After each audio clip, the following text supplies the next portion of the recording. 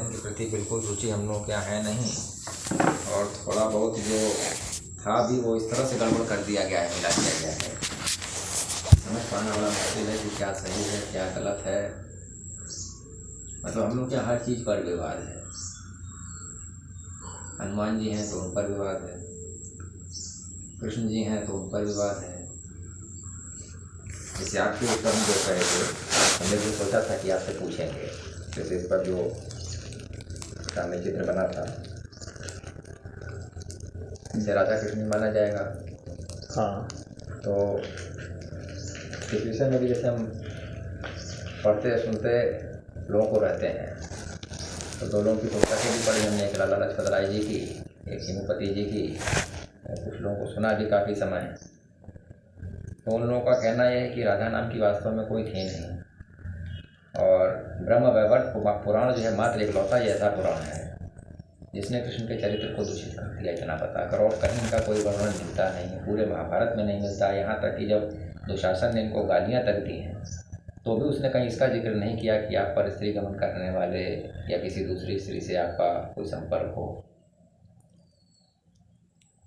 और यदि ऐसा होता तो जो व्यक्ति कई दिनों का, जैसे 16,108 रानियाँ लोग बता देते हैं, इनके साथ संबंध बता देते हैं, और जिन व्यक्ति जो से बता रहे थे उन्होंने जो दिया उसे वर्णन, इसमें इतना इसका ऐसा रूप लिखा हुआ है इसको पढ़ नहीं सकते आप सभी व्यक्ति। तो भागवत पुराण में जैसा उस विषय में लिखा है, तो उसको छोड़कर आखिर कहीं क्यों नहीं मिलता है। और हम लोगों का मतलब कथन है कि ये कहीं ना कहीं मुगल काल में ही लिखा गया है, लिखवाया गया है, क्योंकि उनके जो मोहम्मद साहब उनका चरित्र पूरी तरह दूषित था। तो कहीं ना कहीं प्रयास था कि हमारे यहाँ को भी दूषित किया जाए, हमारे लोगों को भी इस प्रकार दिखाया जाए। तो हम एक दिन सोच रहे थे कि चूँकि देखिए आपका अध्ययन, आपकी चीज़ें अलग हैं, हम लोगों का यह थोड़ा बहुत समय जो मिला, किसी को सुन लिए, किसी को पढ़ लिए। आपका इस विषय में क्या मानना है? देखिए यह एक विवादित विषय तो कर है।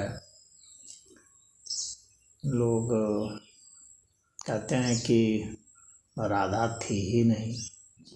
हाँ, तो फिर जो हो ही नहीं उसका फिर जो है पात्रीकरण किया गया, एक काल्पनिक पात्र गढ़ा गया, और फिर उसको जो है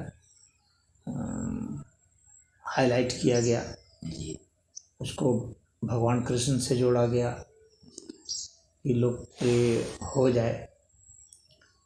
और कुछ का कहना है कि रुक्मिणी जो थी वे ही राधा थी। क्योंकि यह विषय इतिहास का है, और इतिहास के हमारे ग्रंथ जो हैं वे बहुत सारे लुप्त हो गए हैं और बहुत सारे विकृत भी हो गए हैं। तो इसलिए कोई ठोस इतिहास मिलता नहीं है हम लोग को, ना हम लोग के सारे ग्रंथ मिलते हैं। अब राधोपनिषद है, और एक पुराण में ब्रह्म वैवर्त पुराण है। लेकिन सुना तो जाता है कि आलोकनिषद भी बना दिया गया है। हाँ, वो तो बाद काल की रचना है। तो आलोकनिषद वगैरह वो एक अलग विषय है, उस पर अभी चर्चा नहीं ठीक है। अभी जो विषय है उसी पर चर्चा करते हैं। तो बहुत सारे ग्रंथ विलुप्त हो गए हैं, और इतिहास को जब भी देखना होता है तो हम कुछ ग्रंथों पर निर्भर नहीं रह सकते। इतिहास को जब भी देखना होगा तो हमको लोक कथाओं में क्या है, और जो परंपरा चली आ रही है, पुराने पुराने जो गांव हैं, जंगल बिहाड़ वगैरह में जो है, तो वहाँ से हमको देखना पड़ेगा कि, क्योंकि वहाँ को विकृत करना कठिन है। एक भाषा को विकृत करना सब बहुत कठिन होता है। बोली को विकृत करना बहुत कठिन होता है, ये काफ़ी लंबा समय लगता है, इतना आसान नहीं होता है भाषा को विकृत कर देना, भाषा ख़त्म कर देना। और उसी तरह से जो लोक संस्कृति है उसमें जो गीत और ये सब जो रचे जाते हैं तो वे काफ़ी लंबे समय तक चलते हैं और वहाँ पर उसको तोड़ मरोड़ करना काफ़ी कठिन होता है, मजा हुआ इतिहासकार भी नहीं कर पाता है। जो बहुत बड़े बड़े विद्वान भी जो हैं,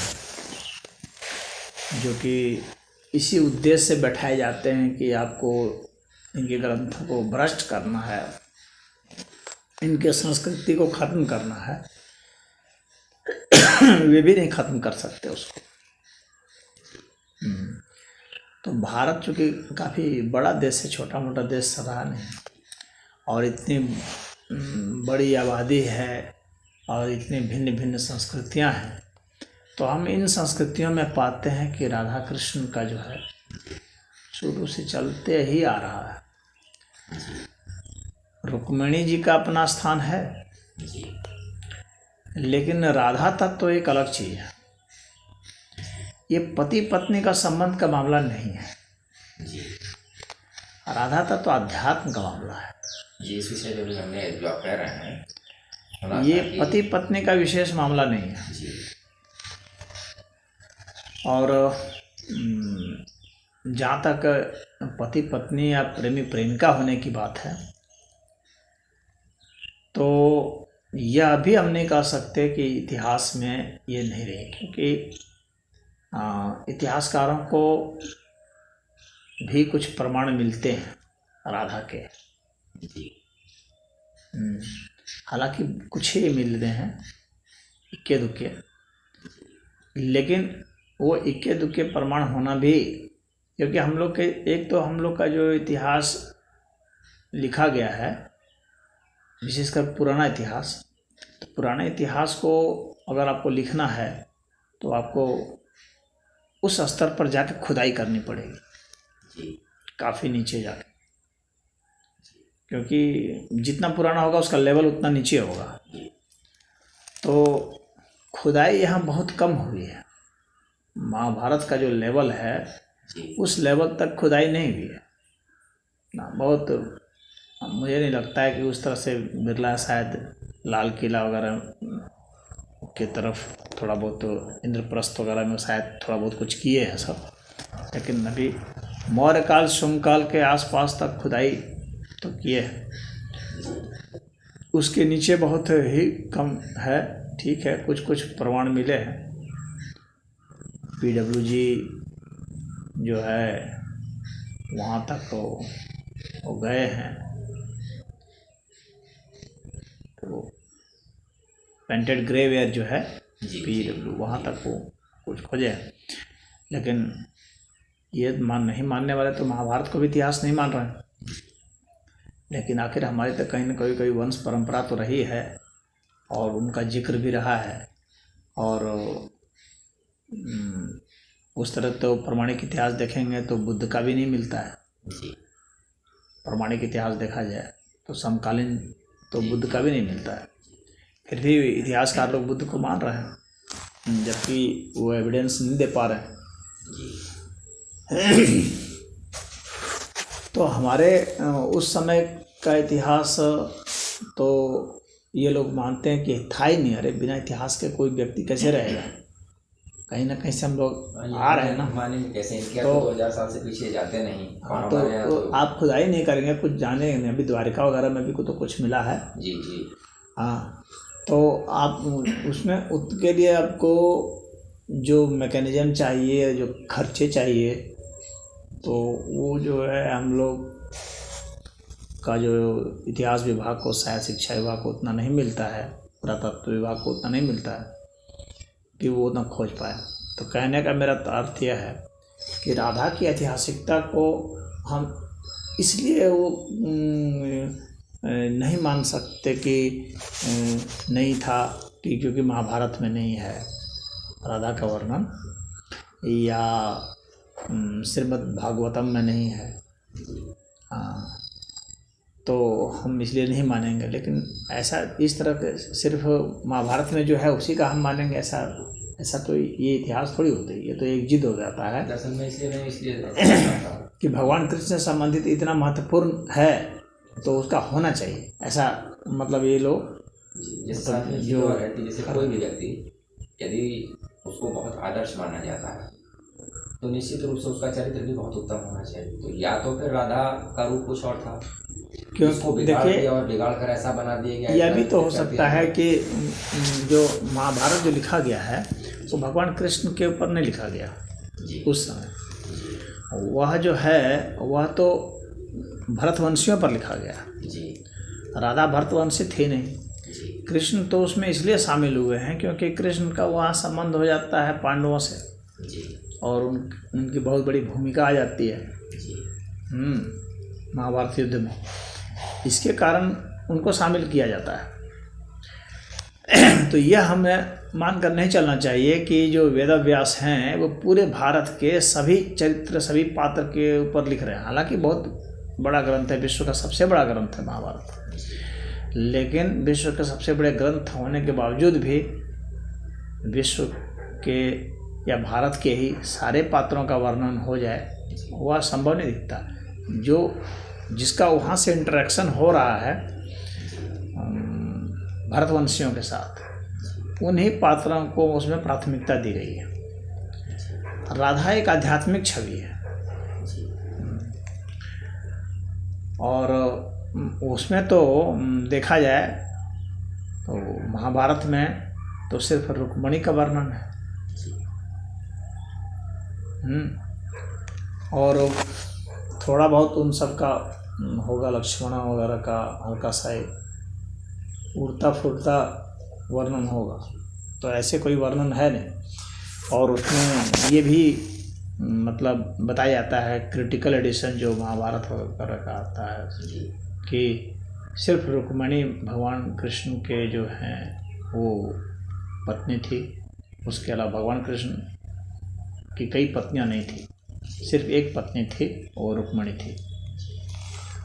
बाद में कई पत्नियों को जोड़ा गया। तो इसमें मानते हैं कि भाई कई पत्नियों को जोड़ा गया तो विकृत करने के लिए जोड़ा गया। परंतु किसी भी चीज़ को कहने के लिए एक प्रमाण की आवश्यकता होती है। तो प्रमाण हमारे पास इस बात का नहीं है कि भगवान कृष्ण की जो है अन्य पत्नियां नहीं थी, सिर्फ रुक्मिणी थी, यह महाभारत से पता लगता है, लेकिन अन्य नहीं थी इसका जो है ठोस प्रमाण हमारे पास नहीं है। हाँ, व्यास जी ने तो वही लिखा है। तो अगर व्यास जी को परम सत्य और ध्रुव सत्य मान लिया जाए और दूसरे अन्य ग्रंथों को पुराण को ही श्रीमद् भागवत पुराण में तो अन्य पत्नियों का भी जिक्र है। हाँ, लेकिन राधा का जिक्र तो उसमें भी नहीं है।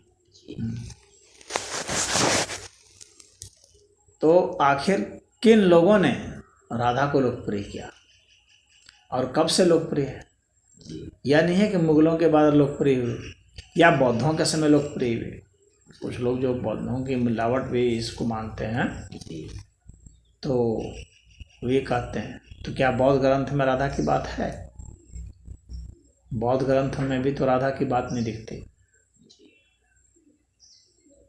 कृष्ण की बात दिखती है और बलराम जी की दिखती है, लेकिन वह भी अच्छे अर्थ में नहीं दिखती है, वह भी तो आलोचना के अर्थ में दिखती है ना, और उसमें विकृत करने के अर्थ में दिखती है। परंतु राधा फिर भी तो एक पात्र बन करके आती है ना। और जिस तरह से अल्लोपनिषद की बात है उसकी जो आलोचना हुई है उस तरह से राधोपनिषद की बात नहीं है। उपनिषद मूलतः ज्ञान का विषय है, लेकिन राधोपनिषद उसमें से एक अपवाद हो सकता है कि ज्ञान और भक्ति का समन्वय है। हम यह कैसे मान लें कि हमारे ऋषि जो थे वो सिर्फ ज्ञान के ऊपर ही चर्चा करते थे? भक्ति पर नहीं करते थे। यह मानना भी तो फिर तो भक्ति कहाँ से शुरू हुई, फिर प्रश्न यह भी उठेगा ना। नारद तो ज्ञानी में भी माने जाते हैं, भक्त भी माने जाते हैं। भक्ति सूत्र तो उन्होंने लिखा है, और इतिहास वगैरह, ज्ञान वगैरह, ज्योतिष वगैरह सब कुछ उनको माना जाता है। तो मैं ये समझता हूँ कि जब हमारी संस्कृति में कोई चीज़ है तो उसका कोई न कोई एक आधार रहा होगा, और ऐतिहासिक आधार हो कोई ज़रूरी नहीं है, लेकिन यह भी ज़रूरी नहीं है कि ऐतिहासिक आधार ना रहा हो। हमारे पास होने और ना होने दोनों के ठोस प्रमाण हैं,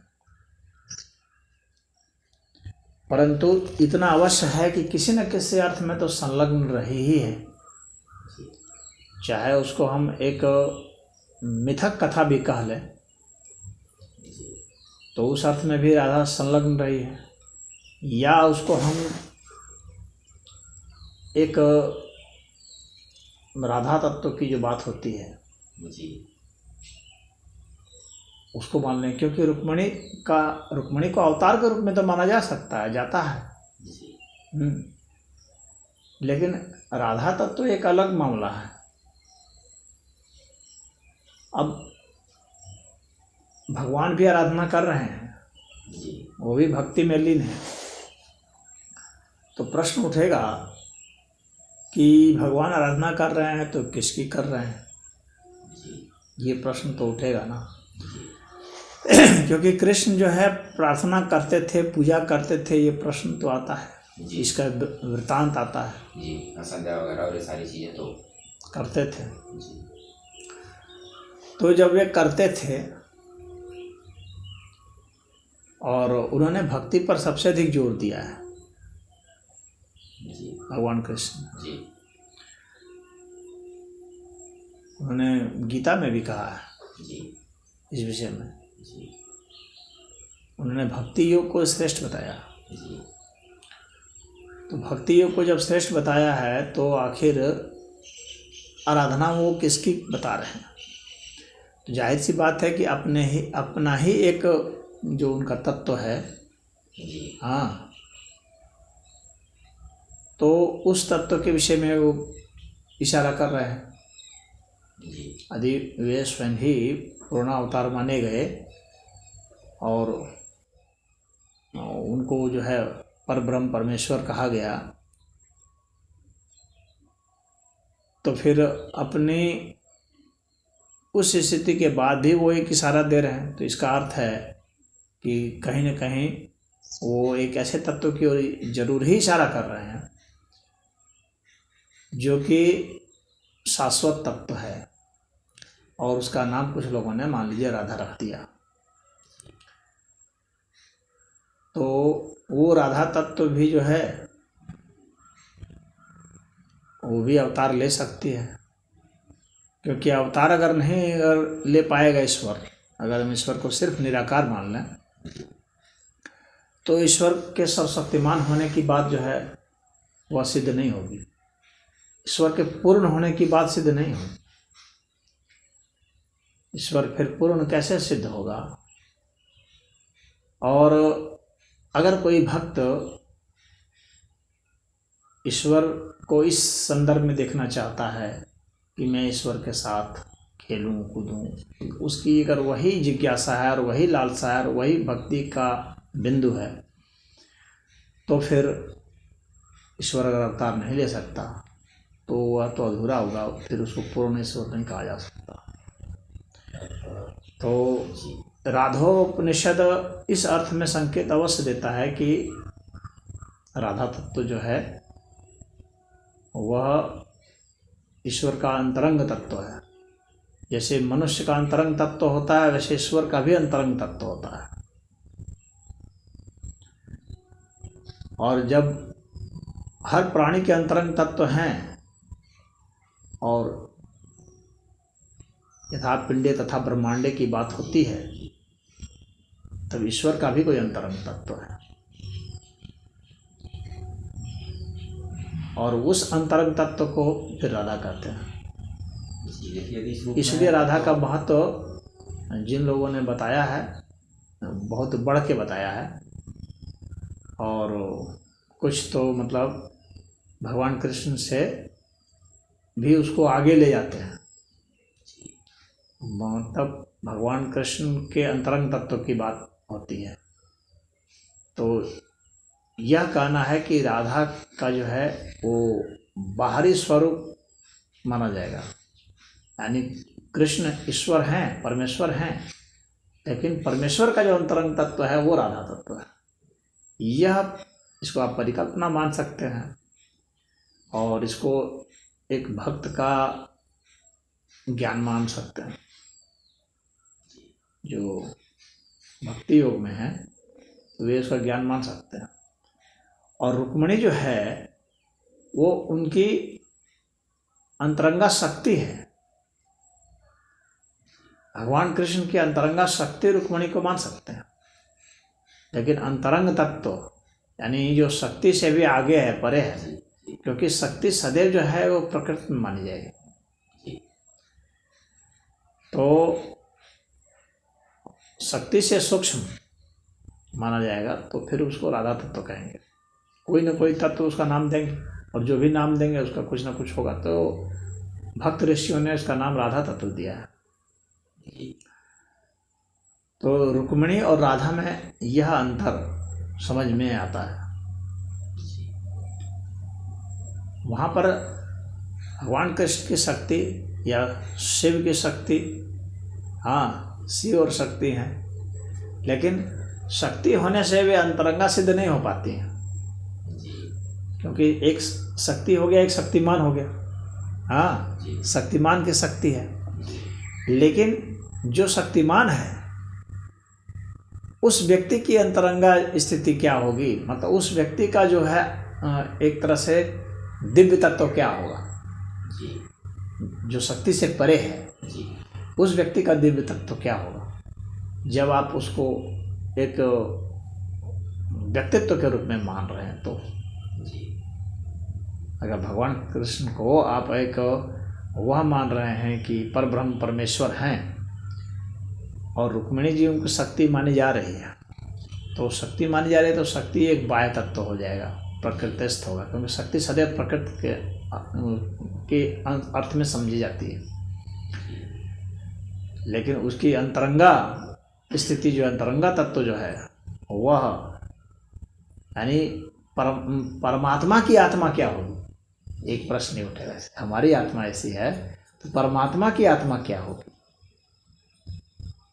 तो परमात्मा की आत्मा के अर्थ में राधा को करते हैं। तो यह एक अलग लेवल की फिलॉसफी है। इस पर हम सुन रहे थे कि कोर्ट में जैसे एक बार इस पर दलील भी दी गई, जो लिव इन रिलेशनशिप का मामला चलता है, कि वहाँ इनका जिक्र दिया गया कि जब आपके भगवान जो है वो इतनों के साथ रह सकते हैं तो लिव इन रिलेशनशिप में क्या गलत है। ऐसा मैंने सुना है किसी वकील को। लिव इन रिलेशनशिप को इससे नहीं जोड़ा जा सकता ना। लिव इन रिलेशनशिप तो एक अलग चीज़ हो गई जी, वो तो हम और आप साथ में हैं जी, सिर्फ हम और आप साथ में, लेकिन हम लोग बाहरी व्यक्ति ना है एक दूसरे के लिए जी। तो लिव इन रिलेशनशिप तो ऐसा हो गया, फिर अभी है कल दूसरा लिव इन रिलेशनशिप वाला है, तीसरा आएगा। भगवान कृष्ण का वो लिव इन रिलेशनशिप वाला नहीं है। यहाँ मामला है कि परमात्मा की आत्मा क्या है, इस दर्शन को समझना पड़ेगा। वो वकील क्या जानेगा, वकील कोई आध्यात्मिक व्यक्ति तो होता नहीं, वह तो एक जस्टिफाई करने के लिए, लिव इन रिलेशनशिप को बढ़ाने के लिए वह एक कोई चीज़ ढूंढ लाया कहीं से कि ओ एक उदाहरण एक मिल गया। अरे इतनी लंबी चौड़ी संस्कृति है, यहाँ उदाहरण तो मिल ही जाएंगे हर चीज़ के। तुम कितना भी गंदा काम करना चाहो उसके भी उदाहरण मिल जाएंगे, कितना भी अच्छा काम करना चाहो उसके भी उदाहरण मिल जाएंगे। तो ये लिव इन रिलेशनशिप वाला मामला नहीं, वह हम लोगों ने पर्सोनिफाई जरूर कर दिया राधा के रूप में। राधा के रूप में उसको एक हम लोग दिखा दिए कथानक के रूप में कि भगवान कृष्ण का उससे संबंध था, प्रेम संबंध था। लेकिन हम वहाँ पर नहीं जा रहे हैं। वहाँ पर वो तो ठीक है, वो जब इतिहास जब प्रूव कर देगा तो वो बात होगी। अभी इतिहास ने उसको प्रूव किया है ना डिसप्रूव किया है। मैं ये मानता हूँ जब वो खोज होगी तो वो बात एक दूसरी आएगी। लेकिन मैं यह मानता हूँ कि अगर परब्रह्म परमेश्वर हैं तो उनकी क्या आत्मा होगी। आप उस परिकल्पना पर, उस पोजीशन पर अपने दिमाग को लेके जाइए।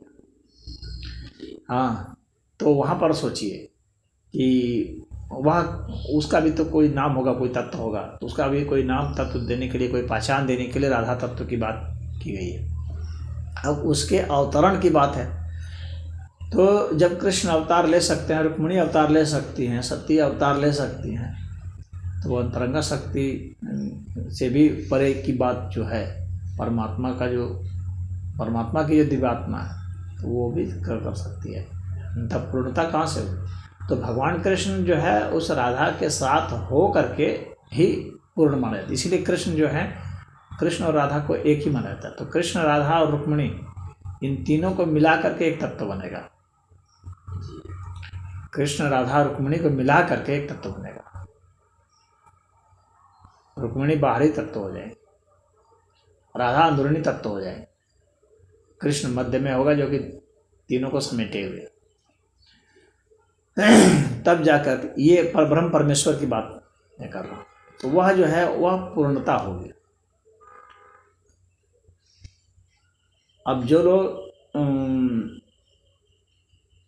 ईश्वर की बात करते हैं, परमेश्वर की बात करते हैं कि ये जो है अनंत है, तो जब कोई चीज़ अनंत है, हम जिसको अनंत मानते हैं, तो फिर अनंत की जो है दिव्य चेतना नहीं हो, ये हम कैसे मान सकते हैं?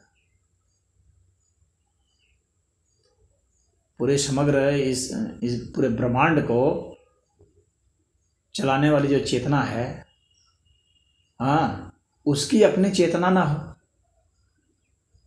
इस पूरे ब्रह्मांड को चलाने वाली जो चेतना है उसकी खुद की ही अपनी कोई चेतना नहीं हो, यह कैसे माना जा सकता है? तो ये भक्ति योग का बहुत विशिष्ट ज्ञान है। और ये यहाँ पर आके कुछ उलटबांसी जैसी कुछ लोगों को प्रतीत हो सकती है, लेकिन ये बहुत हायर लेवल की फिलॉसफी है और यहाँ तक माइंड नहीं जा सकता सामान्य आदमी का।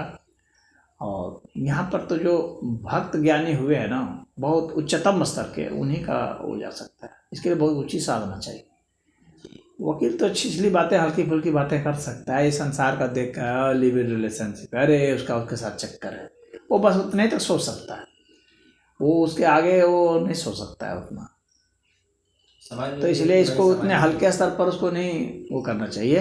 राधा तत्व को इतने हल्के में उसको नहीं लेना चाहिए, इतना हल्का नहीं सोच लेना चाहिए। आपको इस स्तर पर सोचना होगा कि परब्रह्म परमात्मा जो समग्र चेतना है, हाँ, जिसके जरिए जो है सारा संचालन है, यहाँ व्यवस्थित व्यवस्था है, तो उसकी भी अपनी एक परम चेतना होगी, परमात्मा की भी अपनी चेतना होगी। और उस चेतना का नाम कुछ ऋषियों ने राधा दिया।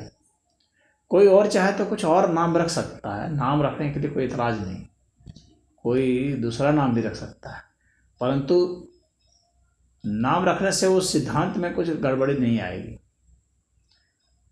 अब उस सिद्धांत का ही कोई खंडन कर दे तो बात दूसरी है। तो वह जो है एक शास्त्रार्थ का विषय हो जाएगा, सत्य असत्य के अन्वेषण का विषय होगा। तो मुझसे जो आपने पूछा तो मैं ऐसा समझता हूँ। मैंने आपसे पूछा कि दरअसल जैसे भाई हम भी तो वैसे ही परिवार से जैसे सब लोग होते हैं, जहाँ सारी पूजना प्रार्थना सब वैसे की जाती थी। फिर इसी स्तर से चलते चलते बीच में कुछ तो लगता है 10वीं 12वीं या ग्रेजुएशन के बाद की स्थिति होगी शायद, कुछ इस तरह की चीज़ें पढ़ी जहाँ यही सब चीज़ें मिलने लगीं, अपने ऋषियों के विषय में उल्टा, देवताओं के विषय में उल्टा, जैसे कृष्ण के विषय में मैंने कहा, राम के विषय में। तो बीच में एक स्थिति ऐसी भी आई कि मैं करीब करीब नास्तिक कह सकते हैं। ये था कि कोई शक्ति होगी जरूर, लेकिन ये नहीं तो नास्तिक आपको नहीं कह सकता है ना। जो व्यक्ति ईशावास्योपनिषद लिख रहा है, मतलब उस पर कमेंट कर रहा है, तो उसको नास्तिक कैसे कहा जा सकता है? नहीं कहा सकता। मैं काफ़ी समय तक मतलब उस स्थिति में रहा हूँ। फिर उसके बाद क्योंकि उपनिषद जो है आस्तिक दर्शन है ना, जी। वो नास्तिक दर्शन थोड़ी ना है। मतलब मेरी बीच में स्थिति रही है ग्रेजुएशन के बाद, कुछ समय तक काफ़ी साल। हुआ तो बीच की स्थिति की एक दूसरी बात होती है। पहले आप क्या थे, बचपन में आप क्या सोचते थे, वही परिपक्व होने पर थोड़ी सोचेंगे आप।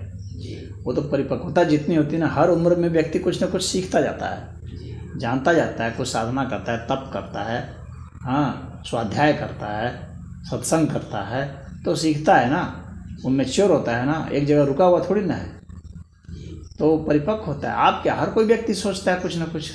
भाई 7-8 वर्ष में जो हम लोग सोचते थे, 5 वर्ष में जो सोचते थे वही हम 15 वर्ष में नहीं सोचते थे, वही 20 वर्ष में नहीं सोचते, वही 25 वर्ष में नहीं। तो इस तरह से नए नए लोग मिलते रहेंगे, जुड़ते रहेंगे, नए नए ग्रंथ आप पढ़ते रहेंगे, और ये इंटरेक्शन वगैरह से सब कुछ होता है। तो आप पहले क्या थे वो छोड़ दीजिए, क्योंकि वो गुजरने की प्रक्रिया है ना आदमी को परिपक्व बनाने के लिए। क्योंकि भाई देखिए, जो नास्तिक है उनके भी कुछ फिलॉसफी है, उनके भी कुछ दर्शन मंतव्य हैं। क्या वे प्रश्नों का सारा उत्तर दे पाते हैं? नहीं दे पाते तो आदमी फिर दूसरा एक रास्ता तलाशता है, हाँ, फिर किसी मत पंथ में जाता है। वो उत्तर नहीं दे पाता है तो तीसरा तलाशता है, क्योंकि मनुष्य को दौड़ाता है उसके प्रश्न, उसके दिमाग में जो प्रश्न है ना, उसके कारण ही वह दौड़ता है यहाँ से वहाँ। इसके पास कहाँ संतुष्टि मिलेगी? अमुक बाबा के पास मिलेगी तो वहाँ झुक गए, नहीं मिली फिर दूसरे बाबा के पास गए, तीसरे बाबा का, इस तरह से उसका जीवन दौड़ता रहता है तब तक जब तक कि उसके सारे प्रश्न जो उसके दिमाग में हैं या और आ जाते हैं दौड़ने के प्रयास में, तो उन सबका हल जब हो जाता है तभी व्यक्ति शांत चित्त होकर बैठता है। और तब उसके जो उसकी जो लेखन कला है या जो भी अभिव्यक्ति की कला है, तो उसकी वाणी है या ये, तो उसमें एक गहराई आती है, परिपक्वता आती जाती है। तो अब ये सिलसिला चलता रहता है। तो ऐसा नहीं है कि आप इस समय जितना परिपक्व हैं इतना ही, अब यहाँ आने के पहले आप जितना परिपक्व थे, ऐसा नहीं है कि आप यहाँ से जाएंगे तो आप कुछ ना कुछ और परिपक्व होके जाएंगे। तो ये परिपक्वता का ये जो दौर है ना, ये चलता रहता है मनुष्य के मरण काल तक। ये चलता ही रहता है, हर समय मनुष्य सीखता है। कभी ऐसा नहीं हो सकता कि कोई मनुष्य जो है नहीं सीखता है, वो न चाह करके भी इसको सीखना पड़ता है। अगर वो सीखना न चाहे तो भी उसको सीखना पड़ता है, क्योंकि यहाँ उसको इस तरह की परिस्थितियाँ आती हैं कि वो परिस्थितियाँ उसको सिखाती है ना कुछ। किसी न किसी से वाद हुआ, विवाद हुआ, झगड़ा हुआ, रगड़ा हुआ, तो कुछ ना कुछ सीखेगा ना। तो ये परिस्थितियाँ उसको सिखा के परिपक्व बनाती हैं। वो न चाहते हुए भी सीखने के लिए मजबूर है, क्योंकि यहाँ की व्यवस्था ही ऐसी है। यहाँ पर सीखने सिखाने की ही व्यवस्था है। एक चेतन तत्व के लिए सीखना और सिखाना ही परम चीज़ है। वो सीखेगा ही सीखेगा। वो स्कूल से भाग सकता है, कॉलेज से भाग सकता है, सीखने से नहीं भाग सकता। हाँ, वो ग्रंथ से भाग सकता है लेकिन सीखने से नहीं भाग सकता। सीखना तो है, बदमाशों से भी सीखेगा, गुंडों से भी सीखेगा, चोरों से भी, चक्कों से, सबसे सीखेगा, धूर्तों से, ठगों से सीखेगा। ठीक, सीखना ही सीखना है, आपको सीखते रहना है। नेताओं से सीखिए, समाज सेवियों से सीखिए, वैज्ञानिकों से सीखिए, जनता जनार्दन से सीखिए, साधु संतों से सीखिए। आपको सीखना है। आप लाख कोशिश करेंगे कि मैं नहीं सीखूंगा तो भी सीखना पड़ेगा। और जो सीखने को ही जो इच्छुक है वो बहुत जल्दी सीखेगा, क्योंकि उसका विरोध प्रतिरोध नहीं है ना, तो उसका डायरेक्शन है, तो वो तेज़ी से सीखेगा। तो इसलिए यह परिपक्वता का दौर चलता रहता है। यह हम कभी नहीं कह सकते कि अब मैं परम ज्ञानी हूँ और अब मुझे कुछ सीखना नहीं है। ऐसा वही कहता है जो मूर्ख किस्म का होता है, अभी वो नहीं समझा है, तो वो अभी समझ जाएगा। कुछ चीज़ समझ रहा है, वो समझेगा अलग ढंग से। सीखना सदैव है, क्योंकि आप किसी एक क्षेत्र के विषय में कुछ जान सकते हैं। मान लीजिए कि आपने उपनिषद पढ़ लिया, लेकिन आपने आयुर्वेद का ग्रंथ तो पढ़ा नहीं, तो अभी आपको उसके विषय में जानना है। अगर आपने वो सीख लिया, आपने ज्योतिष पढ़ा नहीं, आपको वो सीखना है। ज्योतिष पढ़ लिया, व्याकरण नहीं पढ़ा, आपको वो सीखना है। उसको पढ़ लिया तो आपने भूगोल नहीं पढ़ी, हिस्ट्री नहीं पढ़ी, हाँ, इकोनॉमिक्स नहीं पढ़ा, तो इतने ज़्यादा क्षेत्र हैं कि आपको हजारों हजारों जन्म भी लेंगे ना तो भी आपको लगेगा कि मुझे सीखना है। यहाँ सीखने की प्रक्रिया है, सदैव सीखते रहना है आप। और आप जब जितना सीखेंगे आपको लगेगा कि मैं बड़ी कम जान रहा हूँ, बहुत ही कम जान रहा हूँ।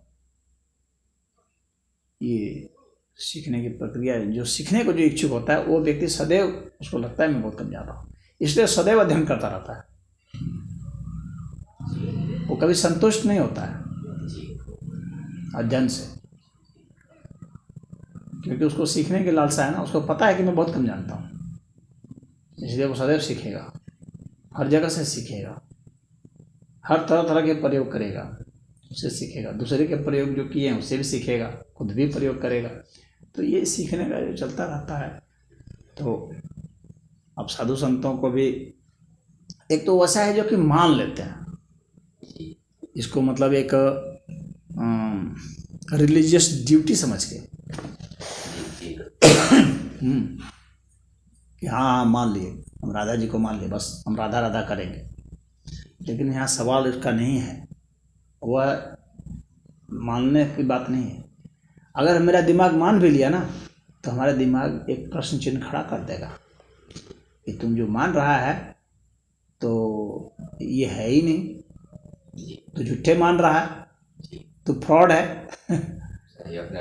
अपना मस्तिष्क खुद कहेगा। लेकिन जब आप उसके सिद्धांत तक जाएंगे, उसके सिद्धांत को समझ लेंगे तो आप में आत्मविश्वास आएगा, तो आपको लगेगा कि नहीं मैं फ्रॉड नहीं, इसी तरीके से ये हो सकता है, ये है, हाँ, तब वह व्यक्ति संतुष्ट होता है उस समय से। तो अधिकतर लोग ऐसे ही हैं जो मान लेते हैं, अपना भजन गा रहे हैं, हाँ राधे राधे कर रहे हैं, लेकिन उनको नहीं पता राधा तत्व तो क्या है, उनको ये नहीं पता, उनको परमात्मा की आत्मा का नहीं पता। वो परमात्मा को परम मानते हैं, हाँ, लेकिन जब परमात्मा को आप परम मान रहे हैं तो परमात्मा की भी आत्मा हो सकती है, ये कॉन्सेप्ट आपके दिमाग में नहीं आ रहा। हाँ, तो जब वह कॉन्सेप्ट आएगा तब फिर समझ में आएगा, हाँ, कि बिना उसके जो है ये अस्तित्व अनंत होगा नहीं,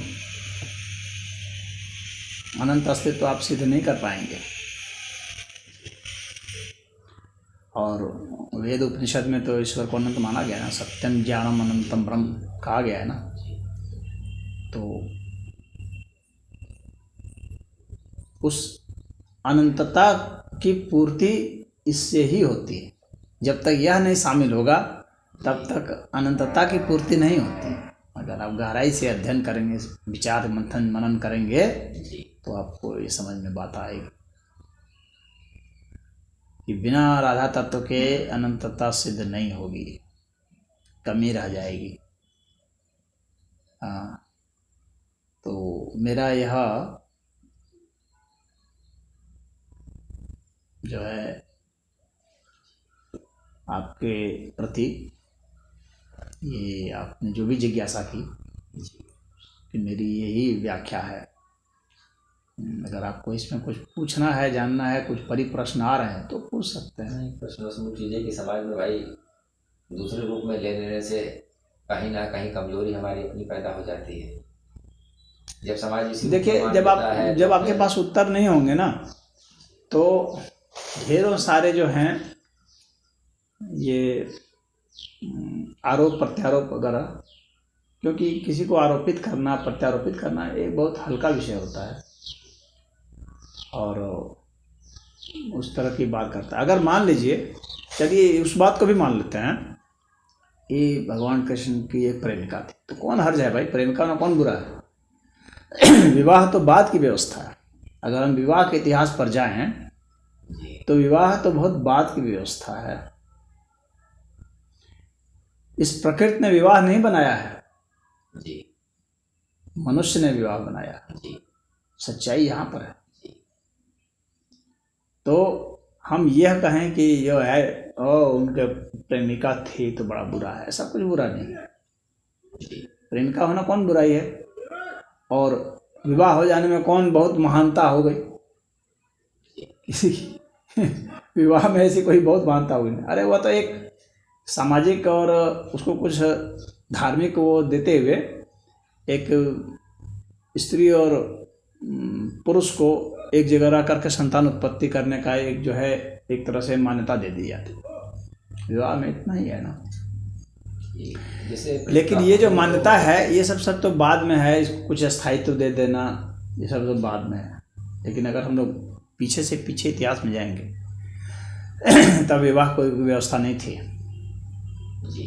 हाँ, और हम लोग चाहे कितना भी एडवांस हो जाए, मनुष्य के दिल में मनुष्य की जो भावना है उसमें प्रेम की उत्पत्ति होती ही होती है जी।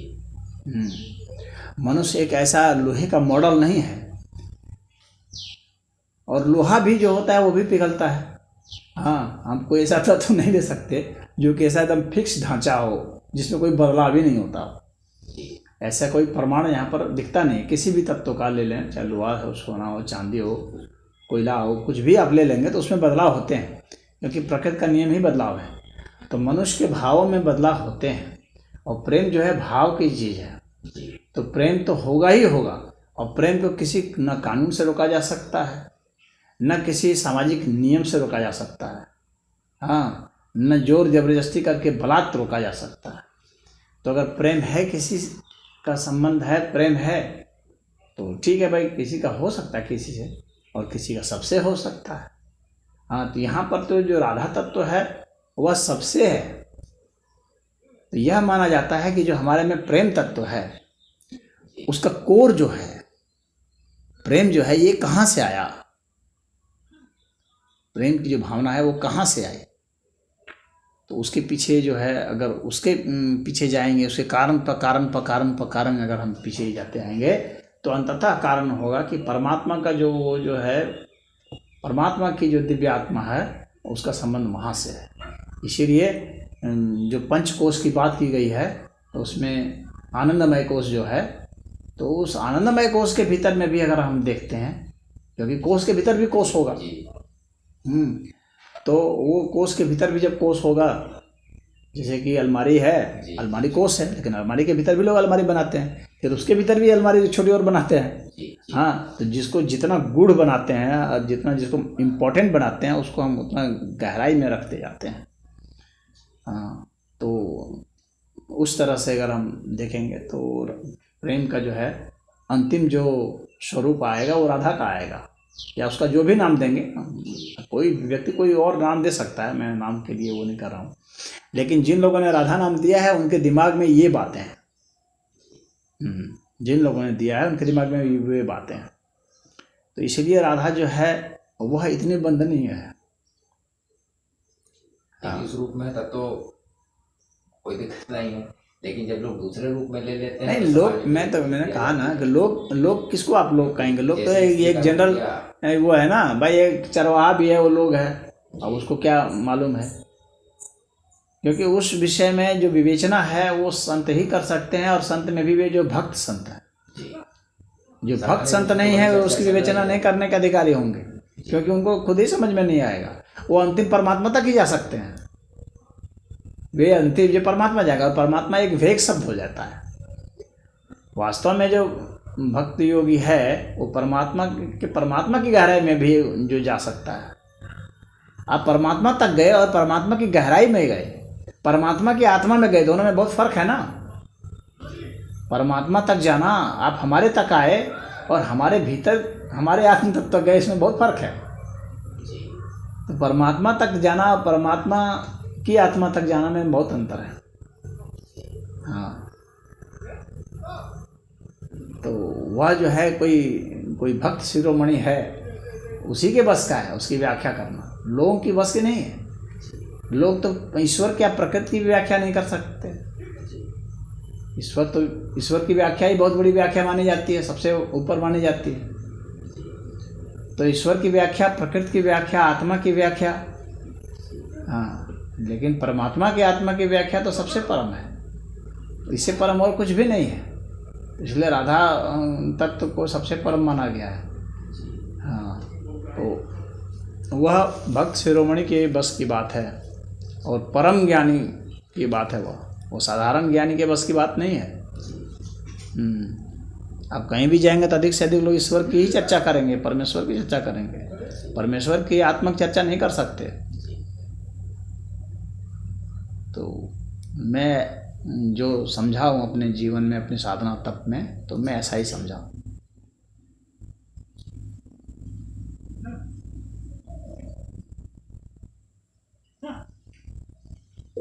आपसे मिलकर कुछ नए विचार मिले, कुछ क्योंकि वही चीज़ होती है ना कि समाज में जब चीज़ें गलत रूप में जाने लगती हैं तो लोग उसका नाजायज लाभ लेते हुए, मुझे समझ में पड़ा था कि जो बाहरी लोग भी तोड़ते हैं अपने यहाँ से लोगों को, गलत रास्ते पर ले जाते हैं। अरे जो बोलता है पहले आप उसका भी मत जानिए ना कि तुम्हारा मत क्या है, तुम बताओ भाई तुम किस मत को मानते हो। अब उसके मत की चर्चा जब होगी ना, कहाँ से भागेगा पूंछ उठा के पता नहीं चलेगा। क्योंकि वो तो अपने बच्चों को शुरू से ही सब सिखाते तो हैं। क्या होगा, तुम बाइबल पढ़ रहे होगे, बाइबल की धज्जी उड़ जाएगी जी। हाँ, तुम कुरान पढ़ रहे हो, कुरान की ऐसी तैसी हो जाएगी, एक स्टेटमेंट उसमें सही नहीं दिखा सकते जी। हाँ, तुम आखिर तुम किस मत के हो, तुम नास्तिक मत के हो, तुम्हारे नास्तिकता की ऐसी तैसी कर दी जाएगी। तुम्हारे पास कौन व्याख्या है इस ब्रह्मांड की।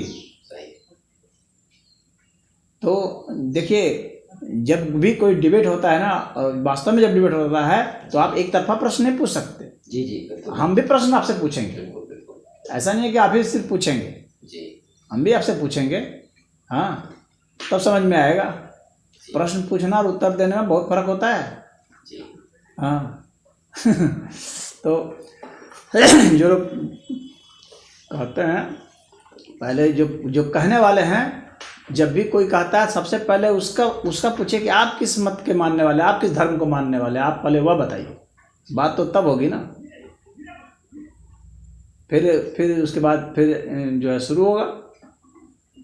मैं किस मत को मानता हूँ ये मैं भी बता रहा हूँ, आप किस मत को मानते हैं पहले वो बताइए। जब दोनों स्पष्ट हो जाएगा, आप अपनी पहचान स्पष्ट करेंगे ना जी, आप अपना नाम पता मत सब कुछ स्पष्ट करेंगे। तो आप पहले जब स्पष्ट करेंगे तो मैं भी अपना स्पष्ट किया हूँ, उसके बाद फिर डिबेट होगी, फिर काउंटर क्वेश्चन होगा आपके ऊपर भी। हाँ, जो आप कहें ना कि ऐसे लोग कहते हैं, फिर लोगों की हिम्मत नहीं पड़ेगी, सांस नहीं निकलेगी उनकी। समझ रहे हैं? हमारे यही कमी हमको लगती है ना कि जैसे हम लोग भी जानना चाहें, जैसे गाजीपुर अगर कोई अच्छी पुस्तक भी आप चाहें तो कहीं उपलब्ध नहीं, बनारस चले जाए, बनारस भी चले जाए भाई तो कौन सी लें, किसको देखें, तो ना वो चीज़ें उपलब्ध हैं, ना दूसरों के बारे में। उपनिषद तो बहुत ही अच्छा ग्रंथ है। उपनिषद अगर आप पढ़ लेंगे ना जी, तो बुद्धि एकदम परिमार्जित हो जाएगी, इसमें कोई दो राय नहीं। सारे उपनिषद पढ़ डालिए। कभी तो मिलना, कुछ पुस्तकें तो मान ली मिल जाती हैं थोड़ा बहुत, नहीं सब मिल जाएगी। आप मोतीलाल बनारसी दास वाले में जाइए, आपको अच्छा। उच्च स्तर के ग्रंथ सब मिलेंगे। ये बनारस में किस जगह? बनारस में आपको मिल जाएगा। वहाँ जाइए, मोतीलाल बनारसी दास में जाइए, वहाँ ग्रंथ मिलेंगे आपको।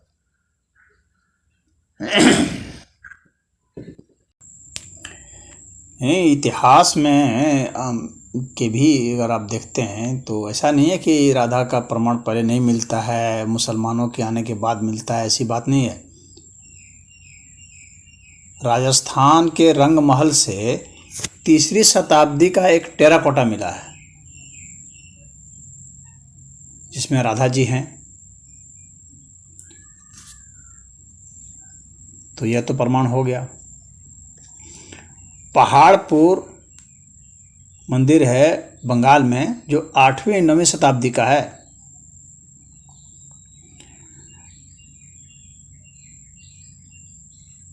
तो वहाँ भी इसका प्रमाण मिलता है।